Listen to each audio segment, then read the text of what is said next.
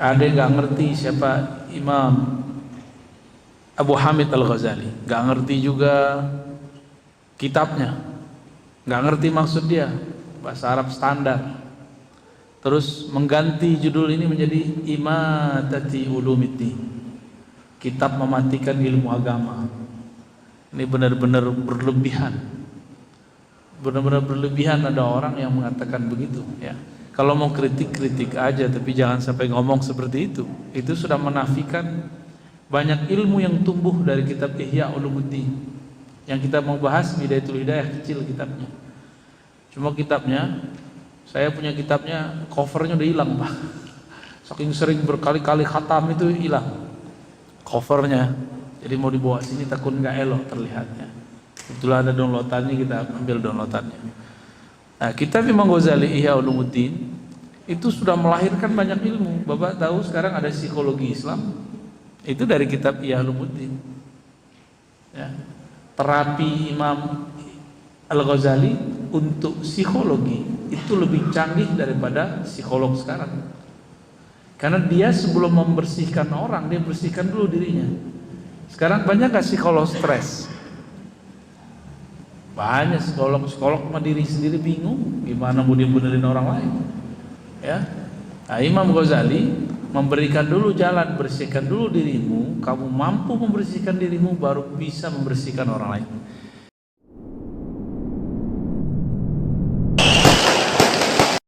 Bismillahirrahmanirrahim. Imam Ghazali nulis kitab yang paling besar untuk bab kolbu, judulnya Ihya Ulumuddin. Ihya Ulumuddin ya. Ihya menghidupkan, ulum ilmu-ilmu, ad-din agama, menghidupkan ilmu-ilmu agama. Tapi ada yang nggak ngerti siapa Imam Abu Hamid Al-Ghazali, nggak ngerti juga kitabnya, nggak ngerti maksud dia, bahasa Arab standar. Terus mengganti judul ini menjadi Imatati Ulumiddin, kitab mematikan ilmu agama. Ini benar-benar berlebihan. Benar-benar berlebihan ada orang yang mengatakan begitu ya. Kalau mau kritik aja, tapi jangan sampai ngomong seperti itu. Itu sudah menafikan banyak ilmu yang tumbuh dari kitab Ihya Ulumuddin. Yang kita mau bahas Bidayatul Hidayah, kecil kitabnya. Cuma kitabnya, saya punya kitabnya, covernya udah hilang Pak. Saking sering berkali-kali khatam itu hilang covernya. Jadi mau dibawa sini takut nggak elok terlihatnya. Itulah ada downloadannya, kita ambil downloadannya. Nah, kitab Imam Ghazali Ihya Ulumuddin itu sudah melahirkan banyak ilmu. Bapak tahu sekarang ada psikologi Islam, itu dari kitab Ihya Ulumuddin ya. Terapi Imam Al-Ghazali untuk psikologi itu lebih canggih daripada psikolog sekarang. Karena dia sebelum membersihkan orang, dia bersihkan dulu dirinya. Sekarang banyak gak psikolog stres? Banyak psikolog sama diri sendiri bingung gimana mau dibenerin orang lain ya. Nah, Imam Ghazali memberikan dulu jalan, bersihkan dulu dirimu. Kamu mampu membersihkan dirimu, baru bisa membersihkan orang lain. Kamu sembuhkan dulu penyakit batinmu, baru kamu dapat menyembuhkan penyakit batin orang. Itu Imam Al-Ghazali. Dan metodologinya sangat ilmiah. Dia meminjam ilmu kedokteran. Kalau kita belajar kedokteran, walaupun cuma belajar aja nggak jadi dokter, belajar sistemnya. Kan saya juga dapat kuliah untuk memahami kedokteran itu apa. Sekedar ingin mengetahui, oh begini modelnya. Seorang dokter ketika mendiagnosa, dia mencari penyebab penyakit seseorang, benar nggak? Maka sama-sama sakit kepala, sama-sama sakit perut. Kalau penyebabnya beda, obatnya bisa berbeda. Beda umur, beda obat juga, beda dosis. Nah, seperti itu. Imam Ghazali meminjam ilmu itu. Kenapa? Karena Allah menyebut kolbu bermasalah itu marad, penyakit. Jika penyakit zahir, caranya tahu dulu penyebabnya apa, maka kemudian didiagnosa indikatornya apa, baru diberikan obatnya. Nah, obat ini nggak boleh sembarangan. obat itu harus sudah teruji. Imam Ghazali sudah mengujinya ke dirinya sendiri, baru kemudian kepada muridnya, ribuan muridnya sudah mengalami ini. Maka kitab Ihya Ulumuddin sudah melahirkan banyak ulama, menghidupkan imam-imam besar, ya, ilmu-ilmu ulama-ulama kita terdahulu kemudian menjadi berkembang. Cuma sayang sekali orang-orang yang tidak faham kemudian mengatakan Ghazali ini nggak ngerti hadis. Oke, anggap dia nggak ngerti hadis. Kita ukur dulu yang ngomong ini baca kitab hadis banyak Ghazali nggak? Ya, Imam Ghazali khatam Sahih Bukhari. Saya nggak yakin tuh orang yang ngeritik Imam Ghazali khatam Sahih Al-Bukhari, kurang yakin. Ya, Imam Ghazali itu apa hadis yang dia tulis itu semuanya dihafal. Dan di dalam kitab Ihya Ulumuddin hampir 5.000 hadis yang dia tulis. Belum lagi riwayat-riwayat ulama, kalam-kalam ulama sahabat tabi'in itu hampir kalau digabung menjadi sekitar 10 sampai 13.000. Kotor, hitungan kotor saya. Ya, kalau hadisnya sudah terhitung hampir 5.000, jadi 4.800-an. Itu sama jumlahnya dengan satu kitab hadis yang ditulis oleh Imam Abu Dawud atau Imam Ibnu Majah, persis sama. Seandainya di dalamnya ada hadis dhaif, hadis palsu 300 kan yang udah terdeteksi dulu 300. Buang aja 300, sisa berapa? Kalau 5.000 kurangin 300, 4.700 masih bisa dipakai. Ya. Cuma karena mereka ikut-ikutan, ada yang komentar, ikut-ikutan komentar, ya. Padahal baca kitab Ghazali aja belum pernah, kalaupun pernah cuma beberapa lembar.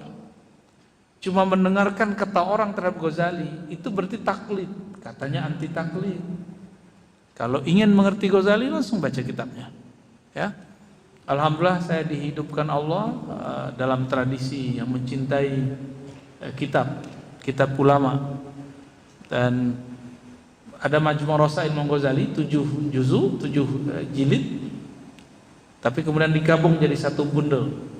Alhamdulillah kita khatam dulu 2000 berapa ya? Waktu saya masih S1 alhamdulillah kita khatam 2006 lah.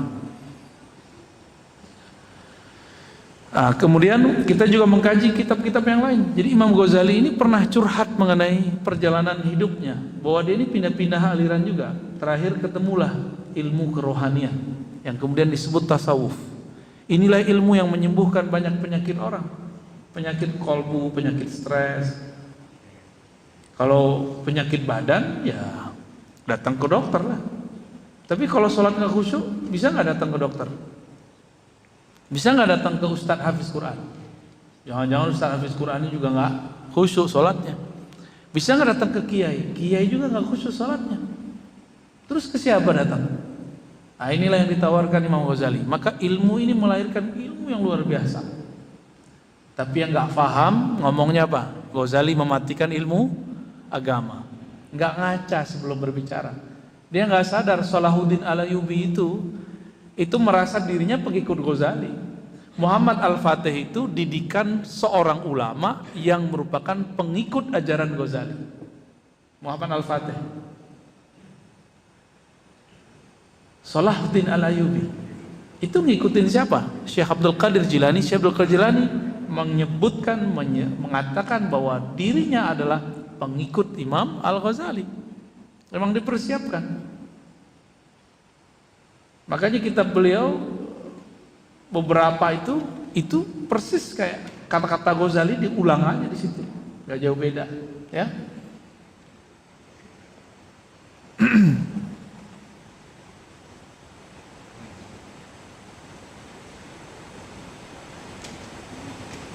Oke. Kita mulai masuk saja ya. Mungkin ulasan tentang Ghazali sudah banyak saya sampaikan di luar. Silakan diikutin mungkin rekaman-rekamannya. Bismillahirrahmanirrahim. Sebelumnya kita kirimkan baca Al-Fatihah untuk baginda Nabi Muhammad SAW. Kemudian untuk pengarang kitab ini Imam Abu Hamid Al-Ghazali dan guru-guru kita yang sudah mengajarkan, dan untuk diri kita sendiri dan jamaah yang hadir Al-Fatihah. A'udzubillahi bismillahirrahmanirrahim. Iya, iya.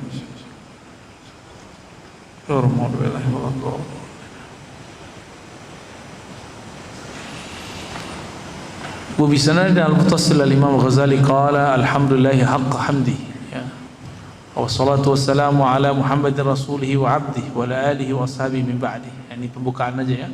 Amma ba'du. Nah, langsung masuk ke isi. Fa'alam, ketahuilah, ayyuhal haris ala iktibasil ilm. Wahai orang-orang yang menginginkan belajar ilmu, ingin mengambil ilmu, menunjukkan, menzahirkan bahwa dia ini mempunyai keinginan yang kuat.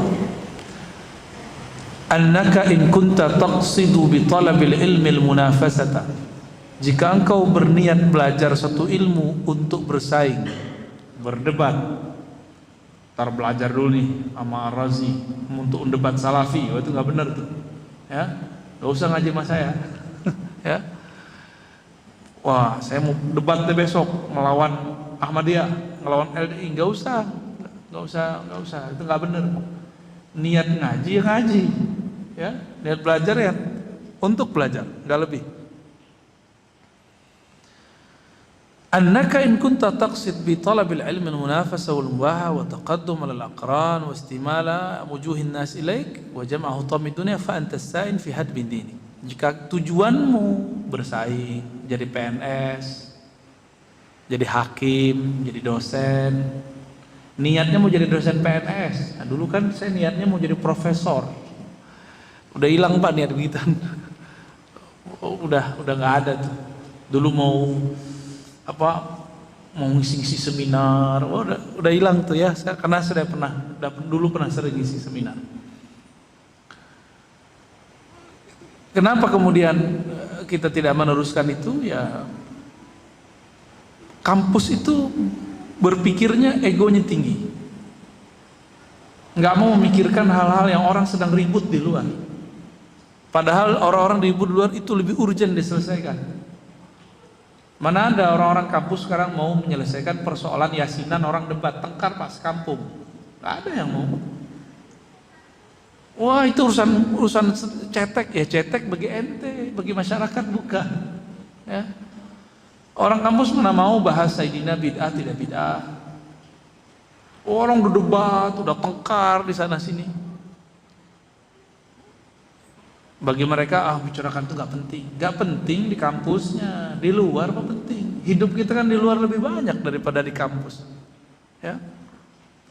Begitu juga yang tinggal di pesantren ngerasa wah dalil ini mah dari dulu saya juga ngerti gitu. Berarti dia nggak mau. Pesantren itu sekarang udah kayak alien bagi sebagian orang. Kampung, tinggal di satu kampung, tapi nggak ada kontribusinya kepada masyarakat. Nah, maka masih baguslah kita mendukung jika masih banyak pesantren yang dia mengajar, ada santri yang ditugaskan mengajar masyarakat atau ustadz yang ditugaskan untuk membimbing masyarakat sekitar. Kalau enggak nanti kayak mercusuar, di bawahnya gelap, terangnya keluar. Ya, jangan salahkan umat kalau itu terjadi. Nah, sekarang muncul lagi hal yang baru. Apa itu? Semua orang sekarang bisa ngaji. Lagi di mobil bisa ngaji, lagi di rumah mau tiduran bisa jadi santri tiduran, santri kaum rebahan. Sekarang lagi tren istilah kaum rebahan ya. Wah, sambil rebahan bisa dengerin pengajian di rumah. Kalau kita nggak isi konten-konten ini dengan hal-hal yang baik, maka akan diisi sama yang lain. Maka wajib kita mengisi. Jadi kita support Pak. Kalau masjid ini ada kelebihan uang dana, ya support anak-anak mudanya untuk membuat konten-konten yang positif. Tapi tunggu dulu, ustadznya harus difilter dulu, ya. Jangan ntar malah bikin rame ntar, ya. Prosesnya panjang, bisa belajar ke teman-teman di MRBJ itu. Panjang prosesnya panjang, lumayan berjibaku lah. Belum lagi dikata-katain disesatkan, belum lagi pengurusnya diteror dengan kata-kata neraka, bid'ah, sesat, macam-macam ya. Jadi panitia surga neraka dia. Jika maksudmu, ini masuk juga nih. Kita mau dakwah lewat channel YouTube, termasuk antum yang operator nih. Niatnya mau bersaing sama channel lain nggak boleh. Benerin niatnya. Kalau ya saya suruh turunin sekarang juga. Berhentiin dan apa istilahnya? Take down semua video saya. Ya, kita nggak ada niat-niat begitu. Kita cuma berniat kajian-kajian ini dinikmati siapa saja. Kalau nggak saya nggak mau datang ke sini, Pak. Ya. Dan saya tertarik itu cuma ngaji kitab. Kalau ngaji-ngaji lepas tuh nggak tertarik. Ngaji kitab berapa juga datang, ayo beli ngaji kitab. Mau datang berapa, ayo silakan. Kajian Ghazali ini mendidik saya untuk tidak membedakan jamaahnya berapa orang. Ya. Ya, yang penting ada teman-teman media biar bisa, walaupun di sini hadirnya sedikit, tapi nanti banyak orang yang menikmatinya nanti. Itu yang penting. Target kita sekarang mengisi kekosongan itu. Konten-konten ini harus kita isi. Semoga para dai mulai melek. Jangan cuma mengejar bikin pesantren. Itu bagus. Tapi ada yang harus dibangun sekarang. Membangun jiwa seseorang, karena mereka bisa dibangun lewat berangkat bekerja, pulang bekerja. Ya, semoga para dai kita mulai melek ya. Jangan cuma proposal mau bangun bangunan, tapi juga membangun secara virtual, ya, secara digital. Nah, jadi teman-teman para youtuber ini, para youtuber nih, youtuber PA. Antum video diambil, biarin aja, ya, gak apa-apa, ambil aja. Tolong begitu ya, niatnya yang bener aja. Mau cari duit atau mau cari ridha Allah, gitu aja. Ya, kalau mau cari duit, udah, antum nyetor ke aneh. Ya, bagi-bagi dong kita, ya nggak? Tapi kita niatnya dakwah, bukan mau bisnis. Kalau mau bisnis, jelas MOU kita ada. Ya. Kita nggak mau bisnis, kita mau dakwah. Kita mau mengisi konten-konten ini. Fastabiqul khairat aja. Gak usah kemudian menyerang channel-channel yang lain, menyerang masjid yang lain, gak usah. Kecuali kita diserang, kita bid'ah-bid'ahkan, disesat-sesatkan, ya sebatas menjawab, hak jawab, ya boleh-boleh aja. Wal mubahah, berbangga-bangga, berdebat-debat, wa taqaddum alal aqran, biar terlihat lebih pinter daripada teman, biar kalau ngomong agama tuh lebih keren gitu ya. Nah, kalau itu tujuanmu, apalagi kalau ustadz, istimalati wujuhin nas, untuk menarik perhatian orang supaya banyak pengikut, banyak follower sama, banyak viewer sama. Kalau niatnya untuk itu, fa anta sa'in fi hadmi dinik, kamu sedang bergerak menghancurkan agamamu sendiri, agamamu, dirimu sendiri. Din bisa juga berarti akhlak. Engkau sedang menghancurkan akhlakmu sendiri, itu maksudnya. Wa ihlaki nafsik, bahkan engkau sedang menghancurkan jiwamu. Jiwa kita yang hakiki nggak mau begitu. Ya. Wa bai'i akhiratika bidunya, dan menukar akhiratmu dengan dunia yang rendah. Nah, jadi beliau ini lagi ngomong tentang innamal a'malu bin niat. Nah, maka Bapak Ibu Saudara sahabat karena Allah, kita ngaji niatnya cuma satu, memperbaiki diri kita di sisi Allah Subhanahu wa taala.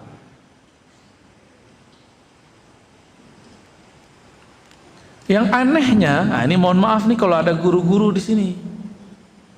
Guru ngajar di sekolah ngasih motivasi ke anaknya apa? Gimana motivasinya? Ntar kamu jadi presiden, ntar kamu jadi hakim, ntar kamu jadi ini, ntar kamu jadi itu. Begitu nggak sekarang? Itu pantangan pendidikan Islam, tarbiyah Islamiyah, pantangannya itu. Kita boleh bercita-cita, tapi tidak boleh jadikan itu niat. Nah, itu dua hal yang beda. Cita-cita boleh, tapi bukan jadikan itu niat. Dua hal yang berbeda. Kalau niatnya seperti tadi, muallimuka mu'inun laka ala isyani. Gurumu pun termasuk orang yang sedang menjerumuskan kamu kepada maksiat. Nah, kalau pola-pola kampus kan sekarang begitu, benar ya?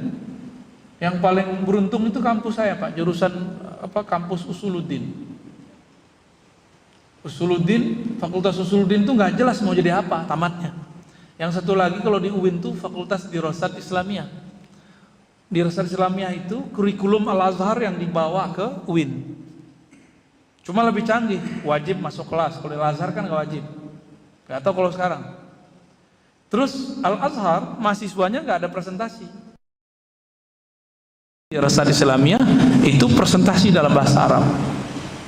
Maka jangan heran ntar tamatan Ciputat UIN bahasa Arabnya kadang lebih fasih. Kadang, nggak semua ya. Kadang Arabnya Arab ala Ciputat.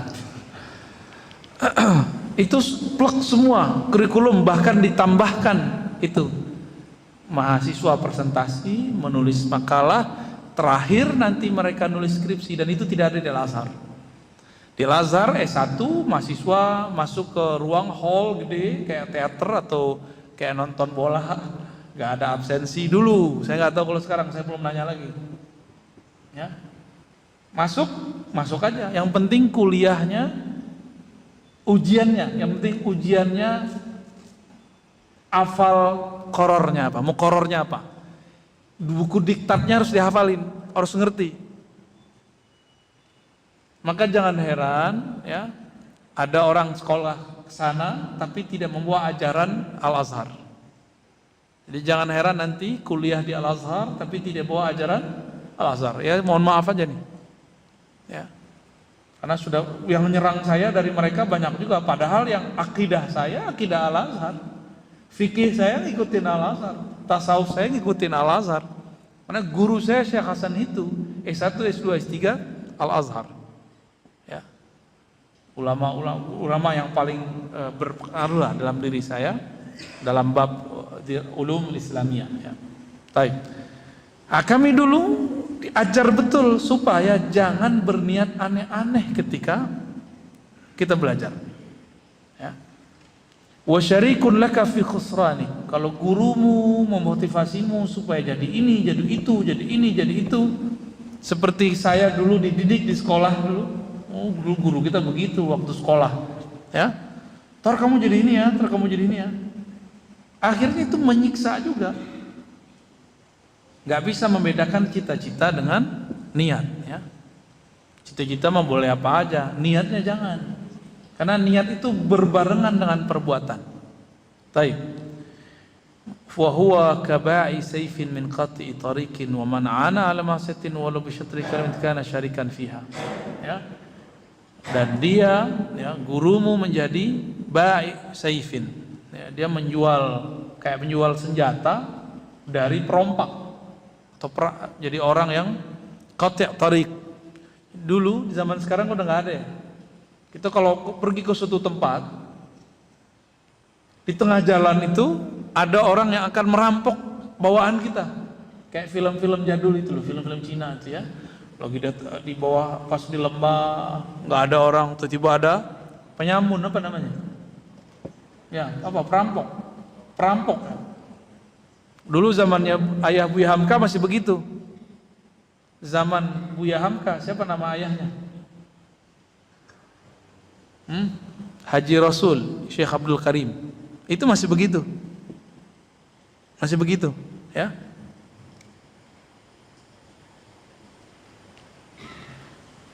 Jadi kalau kita mau mengambil ilmu agama, cari guru yang juga tulus. Maka dia akan menularkan ilmu plus ketulusannya. Jangan hanya cari orang pinter. Kalau cuma mencari orang yang pinter, dia cuma menularkan kepintaran tapi tidak menularkan keikhlasan. Ya. Itu bedanya. Maka jangan tergila-gila dengan hafalan. Cari hafiz Quran yang tulus. Tulus itu nggak bisa dengan menghafal. Tulus itu belajar interaksi dengan orang yang tulus baru dapat ketulusan. Tulus itu kayak kita Kita kalau berteman dengan orang harum, jual parfum ya ikut harum, itulah. Nah, itu perbedaannya. Wa in kanat niyatuka wa qasduka fi ma bainaka wa bainallahi ta'ala min ta'allumul ilm hidayah duna mujarrad riwayah fa absyir. Jika niatmu dan tujuanmu antaramu dan Allah niatnya adalah belajar untuk mendapatkan hidayah, bukan sekedar ingin ahli nanti hafalan, bisa nanti ikut lomba, suaranya bagus. Ini mohon maaf ya, dulu kita disuruh tuh sama orang tua kita, kamu latihan irama ya, kursus munazzam, baca Quran berirama, biar nanti itu kayak anak si Anu juara, terdapat duit berangkat haji umroh gratis, itu ya. Tapi biasanya orang-orang yang menjadikan Quran atau hadis atau ilmu sebagai jembatan, Allah kasih yang dia niatkan, tapi Allah tidak berikan keberkahan. Ya, antum coba aja tuh undang orang anak yang juara ya, juara internasional, coba nggak sopan dikit sama dia, ngamuk-ngamuk dia. Ya. Coba kurangi dikit fee-nya, bisa ngamuk-ngamuk dia, kecuali kolbunya bener. Ya. Gak tahu, siapa tahu ada yang benar, siapa tahu niatnya syiar. Baik. Ini kenapa depannya berisik mulu nih? Fi, muskilah? Hah?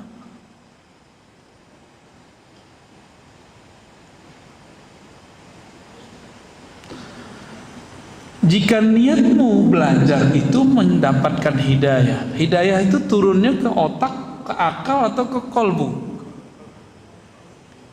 Ke kolbu, benar. Hidayah turun ke kolbu.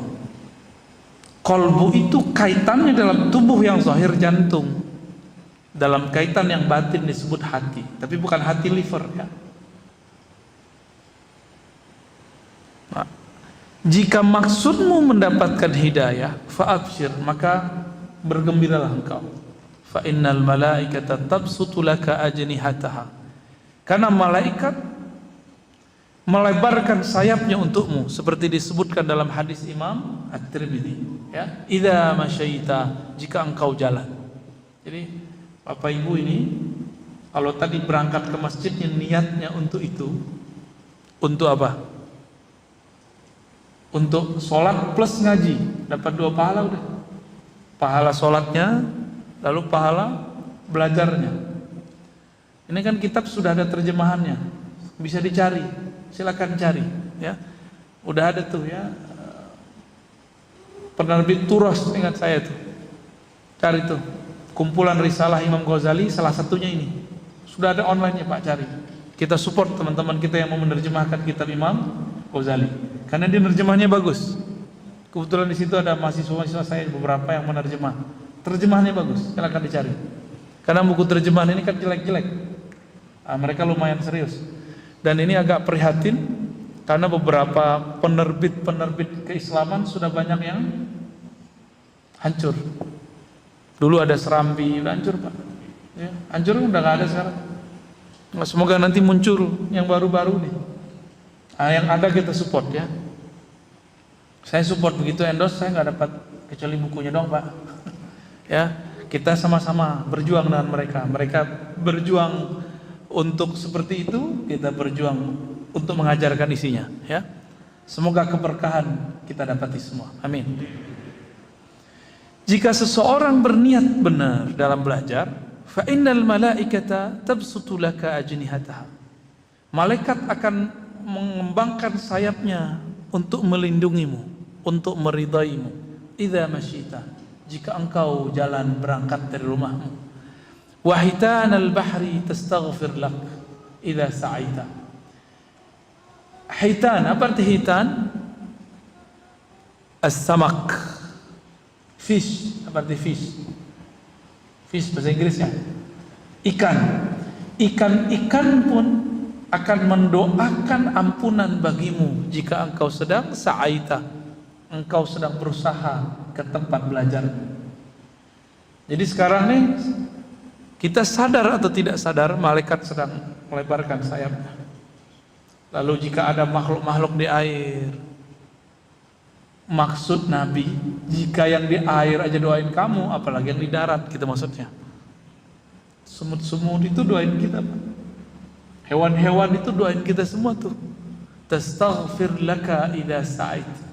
Mereka memohonkan ampunan bagimu jika engkau mengejarnya, mengejar ilmu itu. Syaratnya tadi bukan mau debat ya. Sama nih, tim media ini bukan mau monotes boleh, tapi bukan karena si monotes itu, ya. Tapi karena niatnya satu aja, mau dakwah, selesai. Titik.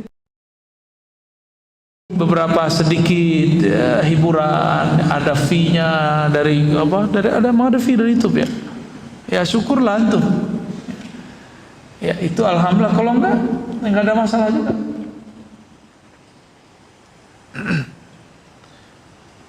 Walakin yanbaghi laka an ta'lam qabla kulli syai' anna al-hidayah allati hiya thamaratul ilm laha bidayah wa nihayah wa zahir wa batin.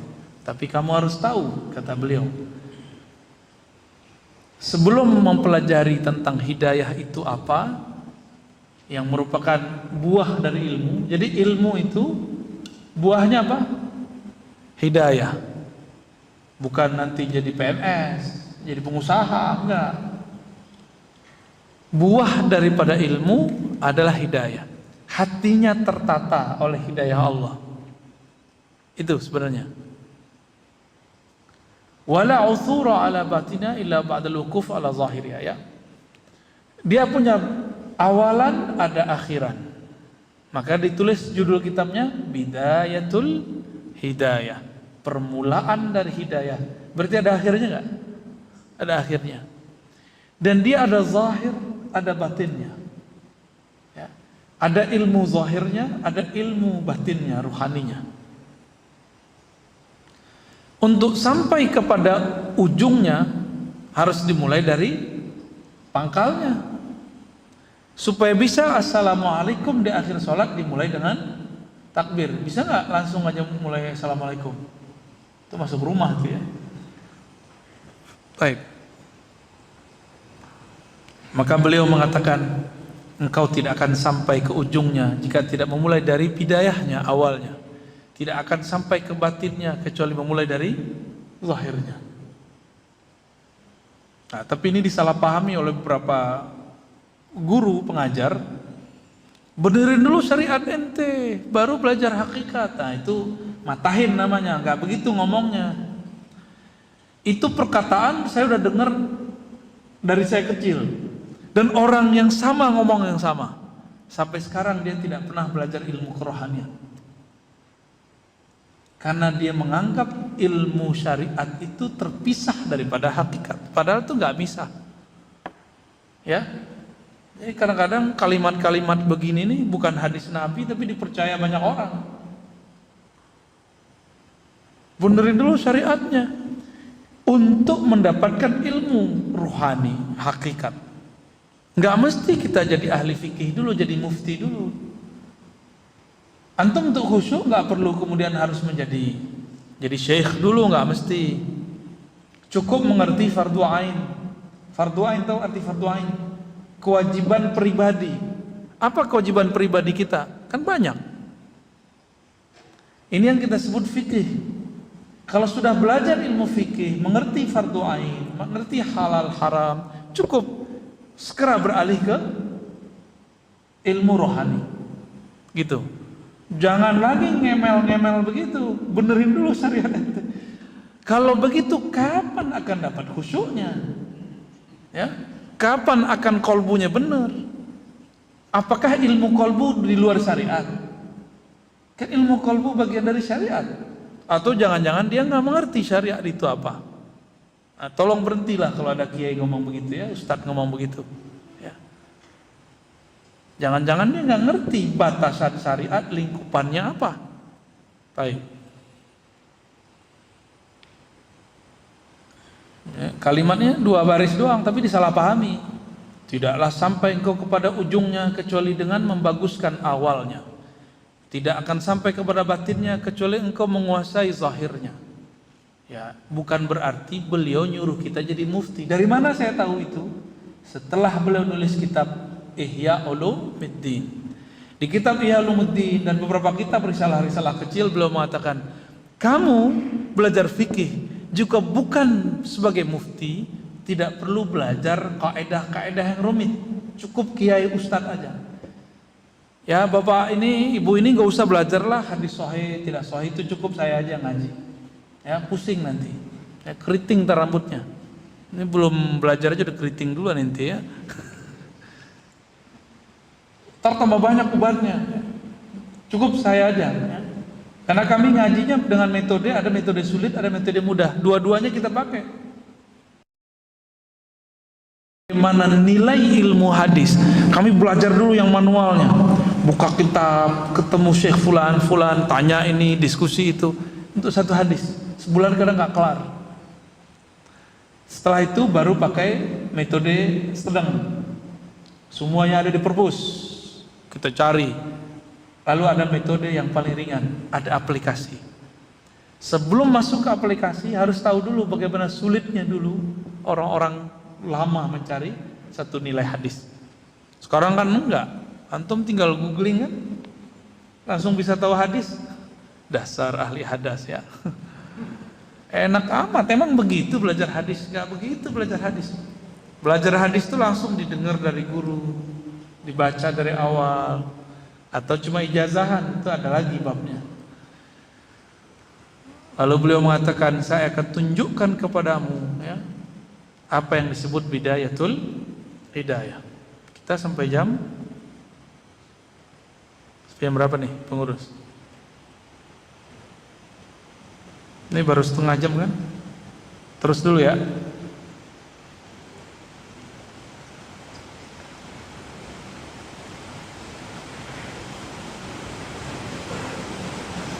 Jadi beliau ini kasih indikator dulu ketika ada orang datang, kata beliau, in sadafta qalbak ilaiha ma'ilan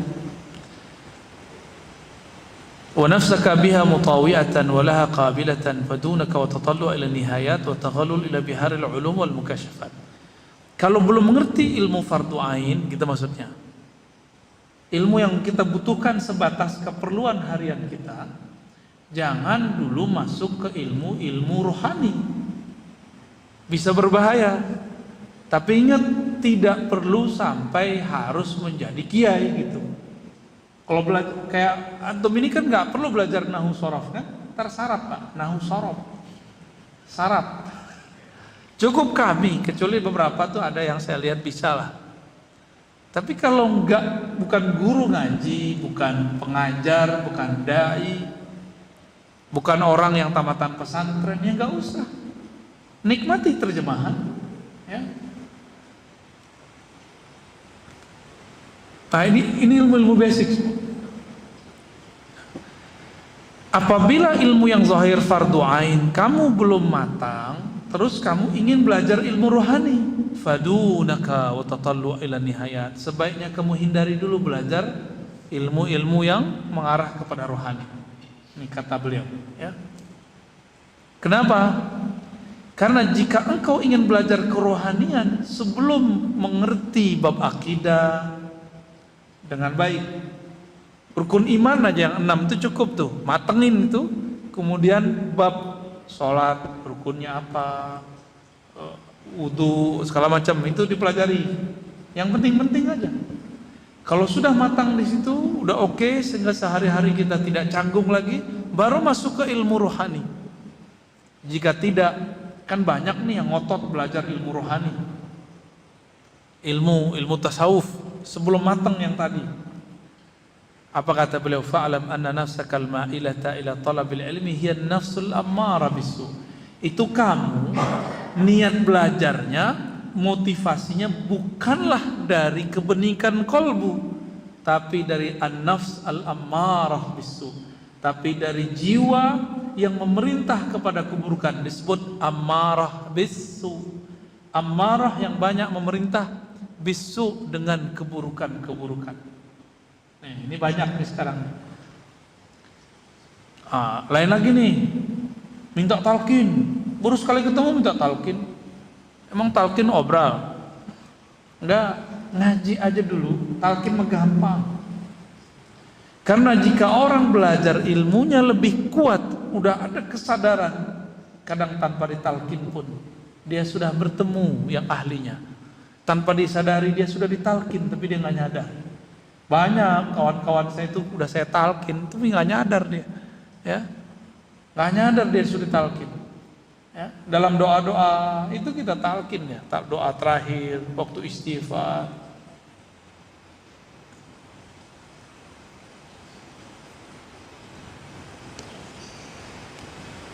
Wa qasduhu ayurawija 'alaika syarr. Nah, syaitan itu dialah yang menggerak dia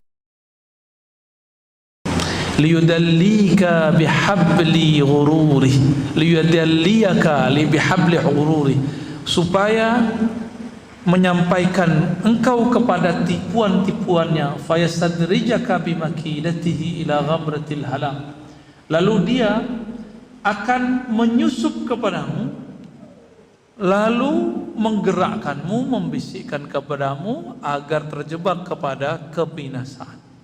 Wa qasduhu ayurawija 'alaika syarr. Tujuannya cuma satu, agar kamu terjebak pada keburukan.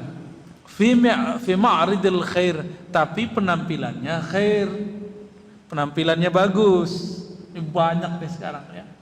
Nauzubillah min dzalik. Zahirnya belajar sunnah, tapi batinnya nyala-nyalain orang. Itu nggak benar. Kita sebelum nyalain orang, salahin dulu diri sendiri. Tujuan beragama kan membersihkan diri sendiri, baru orang lain. Ini dirinya belum benar, sombongnya belum sembuh, riaknya belum sembuh, udah ngata-ngatain orang. Kejahilannya belum sembuh, sudah kemudian menjahil-jahilkan orang. Hatta yulhiqka bil akhsarina amala. Nah, kalau udah begitu, kamu nanti akan digiring oleh syaitan kepada kelompok yang paling merugi amalannya, tapi yahsabuna annahum yuhsinuna sun'a, mereka mengira mereka lah orang yang berbuat baik, mengira dia membangun umat, tapi dia menghancurkan isi masjid ya. Bukan bangunan yang dihancurkan, silaturahmi sesama saudara hancur. Dia mengira dia benar, tapi apa yang terjadi? Karena niat depannya apa tadi? Apa niat depannya tadi? Munafasah, bersaing, mubah, berbangga-bangga, berjidal, ya, debat. Coba aja lihat, itu orang yang komentar-komentar nggak enak di sosial media, itu niatnya seperti ini semua. Imam Ghazali itu mau menyembuhkan mereka, tapi syaitan tidak pernah diam. Syaitan akan tarwij, akan was-waskan mereka supaya membenci Ghazali. Dipinjamlah lisan ulama yang di darahnya banyak mengalir syaitan. Ghazali nggak usah didengerin, tuh kalau itu sesat. Bocah baru kemarin sore taubat udah berani bilang Imam Ghazali sesat. Imam Suyuti mengatakan ijma ulama bahwa Ghazali adalah pembaharu di abad ke-5 Hijriah. La ghair mardud, ghair muraddada, ya. Tidak ada khilaf di situ, nggak ada debat di situ.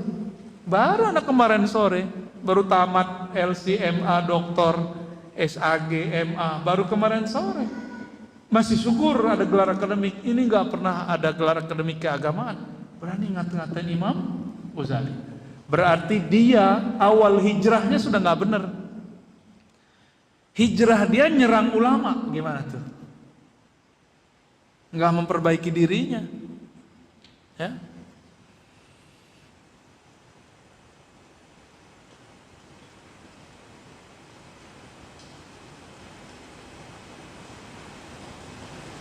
Gimana kira-kira? Banyak nggak begitu sekarang? Semoga kita terjaga semua ya dari itu. Saya pun nggak selamat dari ini. Setiap hari akan ada godaan-godaan untuk itu. Dan kita berdoa bersama semoga Allah menjaga kita daripada kiringan godaan-godaan syaitan. Apa kata Imam Ghazali? Wa inda dzalik, ketika kamu mengira kamu alal haq, kamu mengira kamu ahlus sunnah, kamu kira kamu menghancurkan bid'ah, menegakkan sunnah, Yatlu 'alaika syaitan fadlal ilmi wa darajatal ulama. Syaitan akan membisikkan kepadamu keutamaan ilmu, derajat ulama. Wa ma warra fi min al-akhbar wal athar. Hadis-hadis mengenai itu. Kalau sekarang lain lagi. Syaitan akan membisikkan ke dalam dirimu dalil-dalil mengenai sunnah, bid'ah, keutamaan ahli sunnah, kehancuran ahli bid'ah. Yang dia bacakan benar. Masih ingat nggak Nabi Adam? Nabi Adam ketika digoda oleh syaitan, itu bisikannya baik atau tidak? Syaitan itu merayunya dengan kasar atau dengan kelembutan? Kelembutan. Maka tidak ada namanya syaitan ngomong kasar. Ngomong kasar itu orang yang di dalam dirinya ada karakter hewan. Bisa bedain? Bisa bedain ya? Jadi kalau ada karakter hewan dalam dirinya, dia hijrah nih. Tapi karakter hewan ini belum dibenerin. Jika di dalam dirinya itu karakter hewan ternak, maka dia memandang orang yang berbeda dengan dia adalah orang-orang yang akan bersaing syahwatnya. Kalau ada ustadz muncul di wah itu dia cari duit tuh, gitu. Ngukur orang pakai duit. Dia tuh ceramah begitu tuh cari duit. Lain lagi tuh kalau yang sudah buas. Jadi karakter buasnya lebih dominan. Laknatullah. Itu ngomongnya ya. Bahkan bawa-bawa panitia surga. Kau berjawab di akhirat kelak. Kasarnya bukan main ya. Enggak jarang dibilang anjing. Ya. Itu makanan saya sehari-hari, Pak. Karena saya mengembangkan kitab Imam Ghazali ini, ajaran-ajaran imam-imam ini, setan bertubuh manusia. Bisa main gadget dia, menyerang Imam Al-Ghazali. Imam Ghazali itu mau nyembuhin dia. Mau nggak setan nih? Imam Ghazali lagi bocorin kerjaan setan. Ini yang kita sebut di kajian yang lalu ada namanya ma'rifat setan. Imam Ghazali mengerti ma'rifat setan itu, dia buka di sini bahwa setan membacakan dalil-dalil. Setan itu bisa bacain dalil. Antum belum ada kan dia sudah ada. Setan hafal Quran bisa jadi. Ya. Wa yulhika an qaulihi sallallahu alaihi wasallam. Tapi sebanyak itu hadis yang dia bacakan, yang dia lupain yang lain. Biasa ditutupin. Man izdada ilman wa lam yazdad huda, lam yazdad minallahi illa bu'da. Siapa yang nambah ilmu tapi enggak nambah takut kepada Allah, enggak nambah hidayah, enggak nambah amal, enggak nambah tertata kolbunya. Ilmu nambah, kolbu tidak tertata. Ciri-cirinya apa? Suka cari kesalahan orang lain. Ini hati-hati. Suka menyalah-nyalahkan amal orang lain. Berarti kolbunya belum tertata. Kita sebelum nyalahin orang, mikir dulu sholat kita khusyuk apa enggak. Ya. Apalagi mau ngata-ngatain orang di luar. Sholat kita aja belum benar, kita baru belajar sholat, Pak. Ya. Ada yang tadi sholatnya ketemu Allah enggak? Di Quran orang khusyuk itu ketemu Allah, mulaku rabbi, bertemu Allah. Ada yang merasa bertemu Allah tadi? Enggak ya? Udahlah antum jangan sok dengan sholat begitu gak diterima. Tapi untungnya di ujungnya ada sholawat. Allah angkat karena sholawat itu. Syafaat Rasulullah Sallallahu Alaihi Wasallam. Kalau nggak ada sholawat itu dibuang itu sholat. Sholat kok ingat selain Allah ya kan? Sholat kok mempersiapkan ceramah. Banyak juga tuh ustadz begitu. Dia mau ceramah, sholat. Dalam sholatnya mempersiapkan dalil. Makanya saya sering sekali kalau safar itu saya nggak tahu temanya, Pak. Jarang saya tahu temanya. Biar lagi sholat nggak kepikiran. Karena sehari bisa 5, bisa 4, bisa 3. Kalau kita mikirin tema, kebawa ke dalam sholat. Orang-orang lemah kayak kita ini akhir zaman, seperti dikatakan oleh Abdullah bin Amr, awwalu ma yuqbadu qabla yaumil qiyamah al-khusyu'. Yang pertama dicabut sebelum hari kiamat terjadi, salah satunya adalah ilmu khusyuk. Ilmu khusyuk ini Ghazali yang ngajarin. Paham antum? Setan mau diem nggak? Mau diem nggak setan kalau ada orang mengajarkan kitab Imam Ghazali? Nggak bakal diem. Mau diemkah setan ketika kitab Ghazali mulai masyhur lagi? Nggak akan diem. Maka setan akan kumpulkan wali-walinya yang berupa dai-dai, ustad-ustad, orang-orang jamaah-jamaah yang kata-katanya pedas berani, lalu menyerang Imam Al-Ghazali. Maka antum jangan heran, yang ngeritik Ghazali, sekuku Ghazali aja belum sampai keilmuannya. Yang ngomong siapa nih? Dr. Muhammad Sair Ramadan Al-Buti, S1, S2, S3 Al-Azhar, udah wafat 2013. Apa kata beliau? Saya berguru ke anaknya, Syekh Taufik. Saya ini tidak lebih mulia daripada kuku buangan Imam Ghazali. Yang ngomong syekh para masyaikh, gurunya para masyaikh di Suriah, di tanah Arab. Orang Yaman ngaji ke beliau, orang Suriah ngaji ke beliau, orang Libanon ngaji ke beliau, orang Irak ngaji ke beliau, orang Mesir ngaji ke beliau. Itu syekh ngomong apa? Sekukunya Ghazali saya belum sampai. Itu beliau lagi nyindir anak-anak muda, bocah-bocah baru tamat S1, S2 atau baru doktor, terus belagu-belagu ngeritik Imam Ghazali. Kita juga nggak lebih-lebihin Ghazali, kok Ghazali juga manusia, pasti ada salah. Kan dia juga ngaku bahwa dia mengatakan bid'ati fil hadis musjah. Cakrawala hadisku tidak dalam. Tapi setidak dalam Ghazali, bacaan kitab hadisnya masih lebih banyak daripada saya. Alhamdulillah kami diizinkan Allah mengkhatamkan 6 kitab hadis, ditambah kitab Muwatta 7, ya. Tambah kitab-kitab yang lain. Ini baru Barjal Arba'in sama Riyadhus Shalihin Nubrani aja. 3 Bulughul Maram, sampai sekarang belum khatam-khatam. Paling khatam cuma Arba'in, apal juga enggak. Ya, tahu dirilah. Ghazali itu semua hadis yang dia baca dihafal, tapi dia tidak menguasai, dia sendiri mengakui, ilmu tentang kualitas perawi.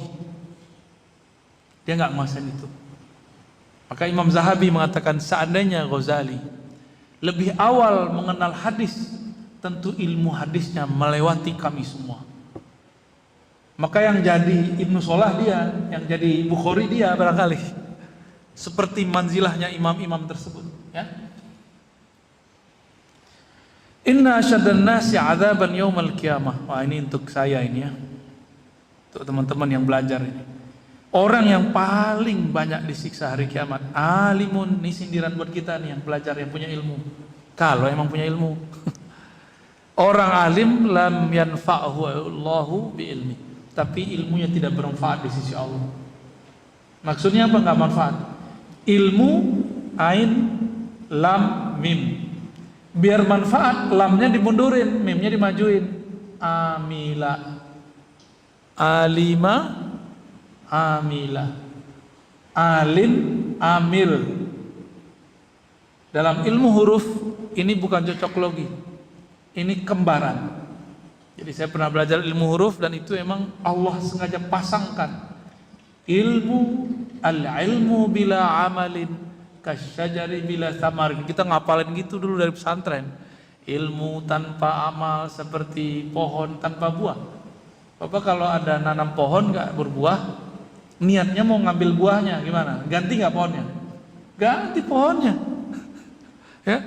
Jadi kita kalau belajar sesuatu tidak memfaedahkan sesuatu di dalam kolbu, ganti ilmunya, upgrade lagi. Mungkin kita belum berjodoh, ya, cari guru lagi, cari syekh lagi.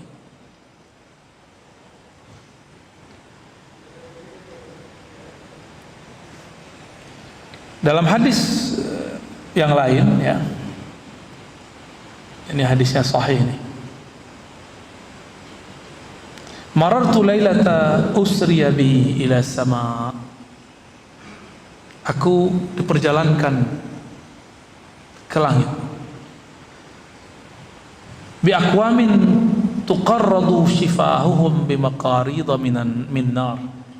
Tapi ada satu kaum, ada beberapa kaum, akwam banyak malah, beberapa golongan, mereka itu memotong sendiri lidah mereka. Ini teguran buat kami-kami yang ngajar ya. Bimaqaridha, dengan gunting-gunting neraka. Marhaban Ustaz Zuni. Fakultu, Nabi nanya, man antum, kamu siapa? Gitu. Jadi Nabi dialog dengan orang yang ada di neraka. Berarti Nabi diperjalankan kemana? Ke masa depan. Kok bisa? Mesin waktu itu kan Allah itu sendiri. Allah mengatakan, anad dahru, akulah sang waktu, akulah mesin waktu, akulah pencipta mesin waktu. Allah mau taruh kita ke belakang, mau itu suka-suka Allah Subhanahu wa ta'ala. Pernah punya firasat? Seakan-akan kita ngelihat sesuatu, berarti Allah perjalankan sesaat. Apalagi Rasulullah sallallahu alaihi wasallam ya. Faqalu, lalu mereka berkata, kunna na'mur bil khair wa la na'ti. Kami dulu ngajak orang berbuat baik tapi tidak pernah mengamalkannya. Ya. Kami haramkan bank. Kami haramkan bank tapi kami pakai isinya. Kami pakai kartunya. Hati-hati loh ya. Sekarang banyak nih teman Ustaz Zuni mengharamkan bank, tapi fulusnya dari bank dia mau. Betul Ustaz ya? Jangan-jangan antum bagian lagi. Mengharamkan bank berarti harus mengharamkan produk bank. Produk bank apa? Fulus, duit. Ente wajib haramkan semua. Siapa? Jadi mikir-mikir kalau mau mengharamkan sesuatu. Ya. Mikir-mikir sebelum mengharamkan sesuatu. Bukan saya pro siapa, bukan. Saya nggak ada pro-pro, nggak ada untungnya kita pro ini itu. Saya bukan orang bank, saya bukan PNS, saya bukan pejabat. Saya ngomong begini saya nggak dibayar. Nggak ada mereka bayar. Kita berbicara real bahwa jika kita mengatakan sesuatu haram, maka konsekuensinya mengharamkan apapun yang muncul darinya. At-tabi' tabi'un. Ya, itu kaidahnya. Apa arti at-tabi' tabi'un? Hukum sesuatu mengikuti sumbernya. Sumbernya haram, haram semua. Nah, antum melihat sekarang nih. Dia berfatwa karena dia punya komunitas. Apa namanya? Komunitas anti riba. Ternyata riba yang dimaksud bank. Saya mau tanya, ada nggak riba? Apa? Bukan riba. Adakah bank di masa Rasulullah? Ada nggak? Beneran? Ada nggak bank? Kalau nggak ada, lalu yang diharamkan Nabi riba apa? Bank itu definisinya apa? Minjem-minjem? Salah itu. Bank itu penghubung antara yang menitipkan uang dengan yang meminjamkan uang. Itu salah satu definisi mereka. Ini mereka yang buat definisinya, bukan kita yang buat definisinya. Bank itu memproduksi, ya, kalau banknya bank sentral, ya, mereka pasti mengeluarkan nominal uang, baik bentuknya kertas ataupun digital sekarang. Benar kan? Bapak, saya minjam 5M ke Bapak sekarang. Saya bilang 10 tahun lagi saya bayar. Mau nggak Bapak saya bayar? Saya balikin 5M lagi. Kenapa nggak mau Pak? Wih, riba loh Pak. Kata kawan, kalau kita balikin duitnya nanti, balikinnya harus sama. Justru itulah yang riba. Kalau saya minjam ke Bapak 5M sekarang, 5 tahun lagi saya bayarnya 5M juga, itulah yang riba. Karena itu menguntungkan saya, tapi tidak menguntungkan Bapak. Benar nggak?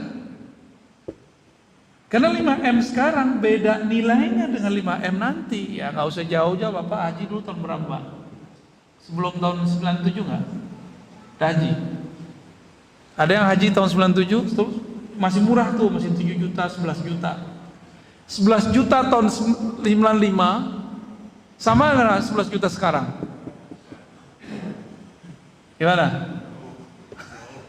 Iya, makanya orang dulu kalau berutang nilainya pakai emas, itu lebih aman. Ya, lebih aman. Berarti yang diharamkan Nabi itu ketika transaksinya tidak sama dalam nilai, bukan angka. Jangan gagal fokus. Nilai bukan angka. Beda nggak nilai sama angka? Beda.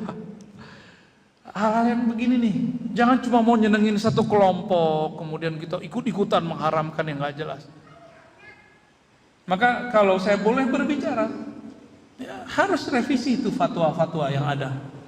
Karena Darul Ifta Mesir sudah revisi 2003. Masa kita nggak revisi? Ya, harus revisi juga, Pak. Untungnya saya bukan anggota MUI, Pak. Jadi saya bisa ngomong sebebas. Rajulun hur, orang merdeka itu enak. Nggak ada beban ngomong apa-apa ya. Tapi ya sebebas saya ngomong begini ya seringan itu juga nyampe terhilang lagi Pak di telinga Bapak itu.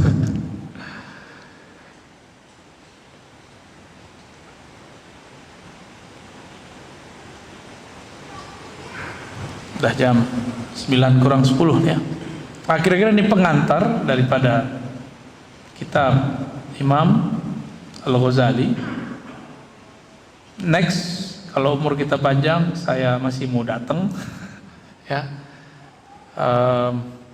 dia membagi nanti macam-macam karakter watak orang dalam menuntut ilmu. Jadi dia bagi ada beberapa, 3 ya. Nah, insya Allah next kita lanjutkan. Insya Allah. Gak ada diskusi kan? Ada pertanyaan?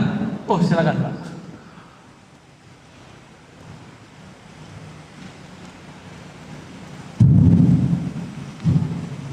Assalamualaikum warahmatullahi wabarakatuh. Salam.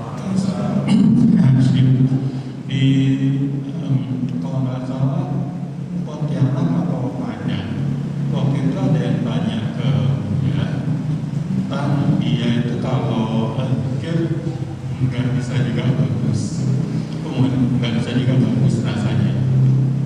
Kemudian Buya menerangkan bahwa itu yang perlu dibenahi ada 4. Jadi dari ruhnya, dari kalbunya, kemudian makan dan satu lagi syukur kalau nggak salah.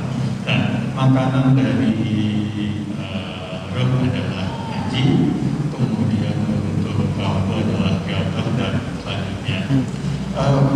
Yang mau saya tanyakan adalah apakah ada korelasi antara kalbu itu dan latifah? Oke. Baik. Ini pertanyaan advance sebenarnya. Apakah ada korelasi kolbu dengan titik-titik yang ada di dalam diri? Namanya latifah. Latifah itu biasa dipelajari dalam thariqat Naqsyabandiyah, Qadiriyah, Samaniyah, ya, Syatariyah dan beberapa tarikat lain. Tapi yang banyak pakai itu Naqsyabandiyah dan Qadiriyah, ya. Dan cabang-cabangnya. Kan Samaniyah ini salah satu cabang dari Qadiriyah. Di situ kalau orang-orang di luar agama kita mempunyai istilah namanya cakra, ya, apalagi cakra, titik-titik halus itulah ya. Di dalam tradisi ahli zikir ada yang berbeda dengan cakra, namanya latifah. Latifah itu artinya titik halus di dalam diri. Cuma latifah yang 7, ada 7 latifah yang masyhur, itu berkaitan dengan nafs, jiwa. Kalaupun disebut kolbu, itu kolbunya jiwa. Disebut ruh, ruhnya jiwa. Disebut sir, sirnya jiwa. Khafinya jiwa, dan semuanya. Adapun kolbu, dia lebih di dalam lagi. Ya. Dulu saya mengira bahwa latifah yang 7 itu sudah inti dari manusia. Ternyata baru awal masuk ke alam rohani. Ya. Ini yang menarik, di UIN itu ada Profesor psikologi Islam. Kedua apa yang pertama beliau itu ya. Guru saya, Profesor Abdul Mujib. Ya. Beliau ini salah satu cara beliau mempelajari psikologi Islam itu lewat latifah itu, Pak. Sebenarnya latifah itu pengembangan kitab Imam Ghazali, Ihya Ulumuddin. Jadi kalau ingin meluruskan, membenahi jiwa kita, mulainya dari titik terhalus di dalam diri. Ada titik halus yang berkaitan dengan jantung, disebut kolbu, latifah kolbiyah. Ada yang dengan nafas, disebut ruh, latifah ruhiyah. Dan di setiap itu ada karakter. Nah, tapi karakter ini meskipun sudah dibenerin dengan zikir, dia harus ditaklimkan. Itu sebabnya jangan heran, mohon maaf, ada orang tarekat, orang suluk, khalwat, sudah berzikir, belajar kemana-mana, karakternya belum berubah. Zikirnya kenceng, songongnya nggak berkurang. Dia cuma riyadhah doang. Nah, ingat, ngurangin makan, ngurangin tidur, itu nafs jiwa. Menyebut nama Allah itu tembusnya ke kolbu. Kita kalau zikiran, maka ini dipadu. Mau zikiran ngelawan males gak? Ngelawan ngantuk gak? Ngelawan semua. Maka di saat kita zikrullah memberi makan untuk kolbu, si nafsnya sedang diikat, dimujahadahkan, diriyadhahkan. Gitu. Maka Nabi SAW dididik oleh Allah. Awal turun surat kedua, Qumil laila illa qalila, surat Al-Muzammil. Kan ada yang mengatakan Al-Muddathir. Sama-sama, kum, berdirilah kamu, bangunlah kamu. Tapi yang Al-Muzammil ini lebih dahsyat. Kenapa? Itu adalah mujahadah. Wahai yang berselimut, maksudnya Nabi Muhammad. Maka Nabi Muhammad itu namanya Al-Muzammil, Al-Muddathir, itu nama Nabi itu. Wahai yang berselimut, bangunlah malam hari meskipun sedikit. Berarti badan kita nih, jiwa kita pengennya tidur, tapi Allah mengatakan bangun. Nah, itu namanya mujahadah, Pak. Mujahadah bahasa Arab artinya usaha keras melawan kebiasaan diri. Itu arti dari mujahadah. Riyadhah, latihan yang dilakukan berulang-ulang untuk mendidik jiwa. Bisa bedain ya? Mujahadah artinya apa? Lupa kan? Tapi paham ya? Saya nggak bisa ngulang lagi soalnya. Muncul begitu saja terjemahannya. Jadi kalau kita sedang bermujahadah, sedang berusaha untuk melawan karakter hewan tadi. Hewan makan, tidur. Kalau dia hewan ternak, kalau dia hewan buas, marah. Kalau orang ini jadi ustadz, karakter dia belum bener, nyerang orang terus, Pak. Ya. Jadi kenapa ada ustadz sangar, ini masalah di dalam dirinya. Ilmunya udah cerdas, otaknya udah oke, hafalannya udah bagus, tapi karakter di dalamnya belum dibenerin. Setan gak mau membiarkan hafiz Quran, ustadz bergelar, kolbunya selamat, jiwanya diriyadhahin, gak mau. Maka setan bisikkan agar dia membaca kitab-kitab yang isinya menyerang kitab-kitab ini. Jadi mohon maaf, kitab itu gak semuanya benar. Yang benar cuma kitabullah, kitabnya Allah Subhanahu wa ta'ala. Banyak kitab-kitab bermasalah ya, saya kan tiap hari aku baca kitab. Itu kita ngerti, wah ini ada masalah, ini orang kena ini nih, bisa dicek. Kalau baca kitab tuh jangan bayangkan penulis ini kayak Rasulullah. Dia kan manusia biasa, nulis pakai bahasa Arab. Sama kayak antum bisa nulis pakai bahasa Indonesia. Coba kalau hidup di sono, besar di sono, bisa nulis juga pakai bahasa Arab. Jadi kita nggak usah terlalu berlebihan melihat satu teks Arab. Ya. Jadi ada kaitannya, Pak, tapi baru kolibnya kolbu, bagian terluarnya kolbu, dia baru masuk ke jiwa. Jadi kita itu kalau dibuat badan, akal, jiwa, qalbu, fuad, apa lagi? Lub, ruh. Bisa ngulang nggak? Bisa diringkas. Saya ringkas. Badan, jiwa, qalbu, ruh. Mau diringkas lagi? Bisa. Zahir, batin. Zahir itu sampai ke jiwa. Akal, jiwa, tubuh itu zahir. Makanya mohon maaf, jangan GR dulu kalau sudah belajar Thariqah Naqsyabandiyah, Qadiriyah, Samaniyah, badan bergetar, merinding-merinding, badan panas dingin. Itu baru biasa itu. Ya, itu baru mubtadi ente itu, jangan merasa diri spesial. Ya. Terus melihat cahaya turun, ya salah, memang gampang sama setan itu ya. Ya. Lebih hebat tim media kita nih ada cahayanya. Lebih terang cahaya itu. Ya. Kilauan nggak ada urusan kita zikir mau cari kilauan. Tapi di beberapa majelis thariqat ini saya sedihkan. Baru si murid merasakan bergetar, melihat siluet cahaya, langsung diangkat jadi mursyid atau jadi wakil mursyid. Rendah amat standarnya. Ya. Itu mah mainan setan itu.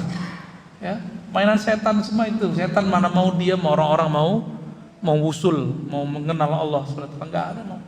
Makanya wajib taklim. Saya dari dulu mengatakan taklim, talqin belakangan. Taklim, zikir yang begitu nanti mudah, gampang caranya. Kurikulum zikir itu di tangan kita semua. Tapi saya bertahun-tahun sudah mengamalkan zikir itu bersama kawan-kawan. Kok akhlak kami gak berubah? Songong tambah songong Pak, tambah banyak zikir tambah songong. Serba, kopiah. Biasanya kan saya pakai rida ya, rasanya dang.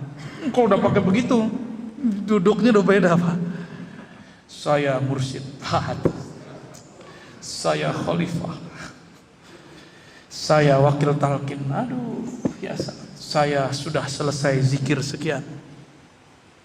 Kadang-kadang keceplosan ngomong ke orang. Saya nih udah dapat ijazah dari fulan. Kalau tahdus menima boleh, tapi kalau pamer jangan. Oh, saya udah selesai nih khataman zikir ini. Ya salah. Hindari yang begitu-gitu ya. Ini mencederai diri kita. Antum nih zikir berhari-hari, bertahun-tahun. Terus mengatakan saya sudah zikir sekian tahun, udah batal itu semua. Efeknya batal. Ya, bagaimana caranya supaya nggak kena? Ngaji kitab Ihya Ulumuddin atau Bidayatul Hidayah, biar nggak terjebak. Jadi kalau ngaji kitab ini, nanti diajarkan zikir baru klop. Ada juga majelis tuh di Jakarta Selatan, saya nggak usah sebut namanya deh. Ya. Udah 20 tahun ngaji kitab Ghazali, nggak pernah diajarkan zikir. Ya sama aja, zikir kolbu loh Pak ya, bukan zikir subhanallah alhamdulillah, itu mah gampang. Lewat YouTube beres ya. Lewat MP3 bisa. Zikir membimbing kolbu untuk bisa menyebut nama Allah. Itu dari bapak ibunya masih zaman gadis sampai sekarang udah beruban, nggak pernah diajarin zikir. Akhirnya mereka kalau disebut zikir itu enak tuh bingung, enaknya apa sih? Nah, insya Allah kita akan berusaha ke depan menggabungkan taklim ngaji dengan zikir. Insya Allah supaya lebih balance ya. Jadi zikir itu ada kesadaran, taklim itu ada nikmatnya. Kalau taklim dibarengi zikir, taklimnya ringan. Zikir dibarengi taklim, maka zikirnya menjadi ikhlas dan tulus kepada Allah Subhanahu wa taala. 9 Pak udah ya. Saya habis ini mau ke KJD nih. Tapi nggak tahu hujan ya. Ya kali nanti berhenti ya nggak. Baik Bapak Ibu, tidak usah kita salaman ya. Katanya masih corona. Ya. Kayaknya orang kompleks ini masih taat banget ya. Ya nggak apa-apa lah. Tapi jangan takut-takut aman, antum rame di mall tapi kok nggak rame di masjid. Kan lucu itu. Kalau mau prokes semuanya ya nggak. Kawan-kawan ini kadang-kadang nggak adil. Kita antri-antri di luar. Di sini nggak mau antri nuntut ilmu, antri beli makanan, nggak mau antri ngasih makanan buat rohani. Betapa tidak adilnya kita terhadap diri sendiri. Semoga Allah memberikan keadilan itu dari kita semua. Amin ya rabbal alamin. Sallallahu alaihi wasallam Muhammad. Assalamualaikum warahmatullahi wabarakatuh. Alhamdulillahi rabbil alamin.